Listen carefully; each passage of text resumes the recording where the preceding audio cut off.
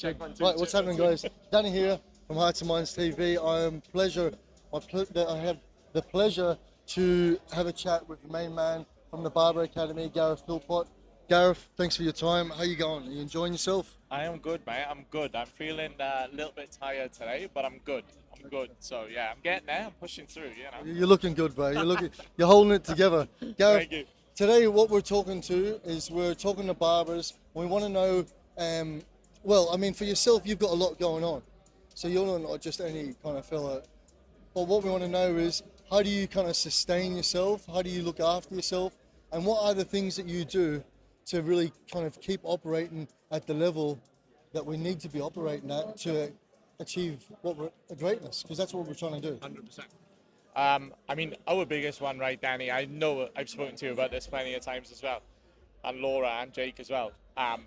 My biggest thing is probably my team. Like, I'm very lucky with the team which we've got. They take a lot off me, and they kind of know when I need it taken off as well, if that makes sense. I struggle a lot with burnout because I want to take everything on and do it myself, right? So, but my burnout is just the way probably everybody else gets taught. You just push through it. Just push through it, you know what I mean? That doesn't work anymore, sadly. Performance starts to drop, obviously, and stuff like that. So our major one at the moment is my partner, obviously, Lani, is a huge one for knowing when I'm kind of at that peak. And she goes, hey, let's go away, let's do this, let's do that. So that is a huge one for me. It's kind of having my team around me going, hey, you're getting pumped. Let me do this, let me do that. And then, yeah, they've been a huge help. So it gives me goosebumps when I say that. Is that from? I imagine that's from experience. Like you've been doing it for a while. Has there been any time where it's just been like, I don't know if I can do this? And if it has been, like, share us a story and how did you get through it? How did you get over that? Yeah, 100%. I mean, I have a massive. I don't know what the correct term is. I have this chat with Owen and Lee a lot as well in regards to. I always get concerned about teaching education when I'm like, I've been cutting hair for 8 years, but I still think, oh, I don't have enough. Like, I should be cutting hair for 40 years you know, that old cliche. That's my biggest one. And I do get a little, like, imposter syndrome, you know what I mean? I'll get around people and kind of be like, oh, geez, should I be doing that? Like, I mean, I run the Barber Academy Australia, so it has to be there, you know what I mean? So, and I do try and keep our standards high. We say everything we do is elite. So, and the people we work with, our circle, you know what I mean? So it's, that's our biggest one. Is just being like, right, we have to be up there. The amount of times I've woken up and I'm like, this is too hard. This is too hard. I can't keep on going at that level. I mean, Expo, for one, is one. Last year, I pulled out last minute. We were supposed to have a booth here, and I was like, we can't do this. We're not. If this booth doesn't look like that, everyone's going to be like, they're a joke. They're a joke. So that's one of my biggest ones recently as well, has been that, the Expo last year, and I feel like I let our team down. But to be honest, I think I would have let them down more if we jumped in. And it wasn't up to our level, you know what I mean? So. I love that, bro. That's some good leadership, man. And I know you've already highlighted how important the team is, which we all do. But what do you do personally to, like, besides your missus kind of looking after and your team looking after? Is there any daily habits that you do to keep yourself sharp? I think the biggest one that I've done recently, probably the last 6 months, is actually training.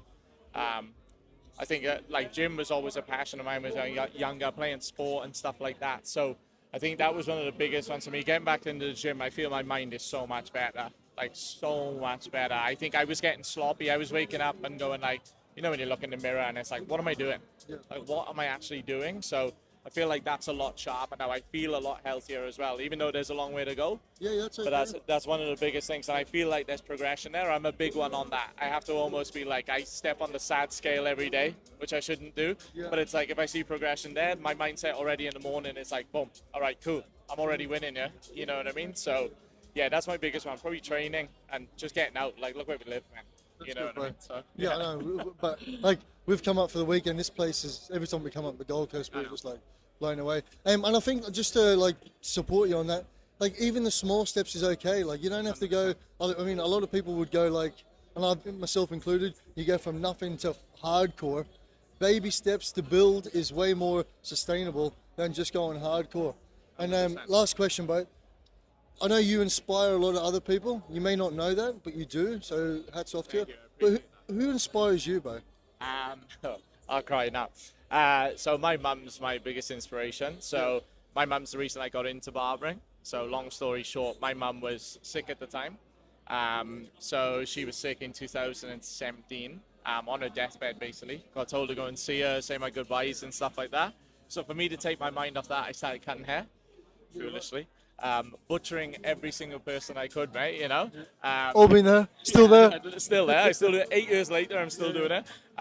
But yeah, I basically started cutting hair because of that, to take my mind off my mum. I was talking to people in the chair when I probably shouldn't have been. They should have been talking to me, but it was taking my mind off everything.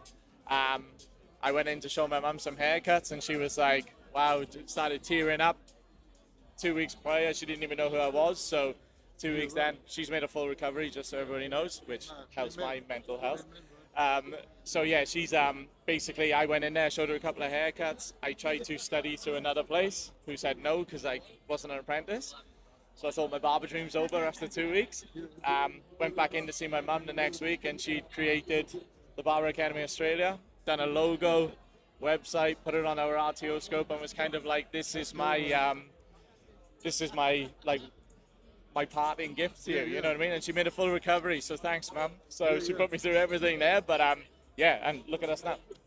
Crazy story, right? Honestly, it's crazy. So, Love that, bro. Thank you very much. I didn't know that. No, So I appreciate you. I don't appreciate tell a lot for of people sharing. that, but it's awesome. It's a very cool story. Every time I say it, I'm like, oh yeah, that's right. I should tell more people about this. So yeah, my mum's been in the hair industry for 40 something years, which I shouldn't say because she'll get upset about it. But 20 years. yeah, 20 years. 20 Thanks, years. Mum. I think it was all black and white when Mum was learning. So but no, it's great. I mean, we're still business partners now. Yeah. So it's it's amazing. It's cool. She's my inspiration. Yeah, 100%. Good, bro. Love it, man.